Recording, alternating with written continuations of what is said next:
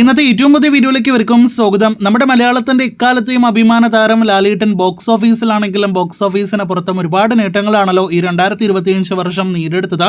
ഇന്നത്തെ ഒരു വീഡിയോയിലൂടെ ബോക്സ് ഓഫീസിൽ നേടിയെടുത്ത ഏറ്റവും പുതിയ നേട്ടത്തെക്കുറിച്ചാണ് പ്രേക്ഷകരിലേക്ക് എത്തിക്കുന്നത്. അത് പ്രകാരം ഹൃദയപൂർവ്വം എന്ന സിനിമയുടെ കേരള കളക്ഷൻ 42 കോടിയിലേക്ക് അടുക്കുന്നതിലൂടെ ലാലേട്ടൻ ഈ 2025 എന്ന കലണ്ടർ വർഷം കേരള ബോക്സ് ഓഫീസിൽ മാത്രം 250 കോടിയിലധികം കളക്ഷൻ പിന്നിട്ടിരിക്കുകയാണ്. ഒരു റീ റിലീസ് സിനിമയുടെ കേരള കളക്ഷൻ കൂടി ചേർത്ത് 4 സിനിമകളിലൂടെയാണ് 250 കോടിയിലധികം കളക്ഷൻ ഇതുവരെ ലാലേട്ടൻ കേരള ബോക്സ് ഓഫീസിൽ മാത്രം നേടിയെടുത്തിരിക്കുന്നത്. ലാലേട്ടൻ നായകനെത്തിയ ഈ വർഷത്തെ ആദ്യത്തെ സിനിമ എമ്പുരാൻ കേരള ബോക്സ് ഓഫീസിൽ 86 കോടി 25 ലക്ഷം ഫൈനൽ ഗ്രോസ് കളക്ഷൻ നേടിയെടുത്തപ്പോൾ രണ്ടാമത്തെ ഈ വർഷത്തെ ലാലേട്ടൻ സിനിമ തുടരും 118 കോടി 90 ലക്ഷമായിരുന്നു കേരളത്തിൽ ഫൈനൽ ഗ്രോസ് ആയിട്ടാണ് നേടിയെടുത്തത്.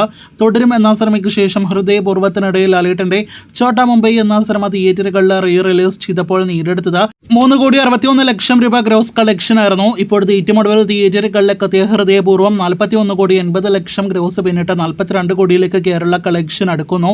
അങ്ങനെ ഒരൊറ്റ വർഷം മാത്രം കേരള ബോക്സ് ഓഫീസിൽ ഏറ്റവും അധികം കളക്ഷൻ ഗ്രോസ് കളക്ഷൻ നേടിയെടുക്കുന്ന താരമായിട്ട് ലാലേട്ടൻ മാറിയിരിക്കുന്നു. ഈ പറഞ്ഞ സിനിമകളിലൂടെ സിനിമകളുടെ നിർമ്മാതാക്കൾ ഏകദേശം 100 കോടിയിലധികം ഷെയറാണ് കേരളത്തിലെ തിയേറ്ററുകളിൽ നിന്ന് മാത്രം നേടിയെടുത്തിരിക്കുന്നത്. ഈ പറഞ്ഞ 4 സിനിമകളും ഏകദേശം 1 കോടി 60 ലക്ഷത്തിലധികം ആളുകളെയാണ് തിയേറ്ററുകളിലേക്ക് എത്തിച്ചിരിക്കുന്നത്. ഇനി അടുത്തൊരു റിപ്പോർട്ടിലേക്ക് വരികയാണെങ്കിൽ ഇന്നലെ ആയിരുന്നല്ലോ ഹൃദയപൂർവ്വം എന്ന സിനിമയുടെ ഈ കാണുന്ന 100 കോടിക്ക് മുകളിലുള്ള കളക്ഷൻ പോസ്റ്റർ വന്നത്.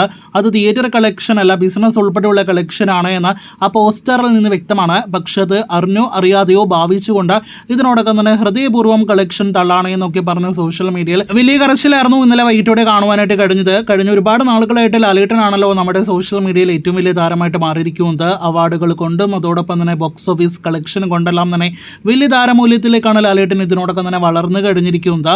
അതിൻ്റെതായ ആ ഒരു വിഷമമെല്ലാം തന്നെ നമ്മുടെ ലാലേട്ടൻ വിമർശകരിൽ സ്വാഭാവികമായിട്ടും ഉണ്ടാകും. പ്രത്യേകിച്ച് ഒരു ഫാമിലി പടമെല്ലാം തന്നെ 100 കോടി ബിസിനസ്സിലേക്കെല്ലാം തന്നെ എത്തിയെന്നൊക്കെ പറയുമ്പോൾ അത് കണ്ട് അന്തം വിട്ട് ഇതിനോടൊപ്പം തന്നെ വിമർശകർ കരയുമെന്ന കാര്യത്തിൽ സംശയമൊന്നും തന്നെ വേണ്ട.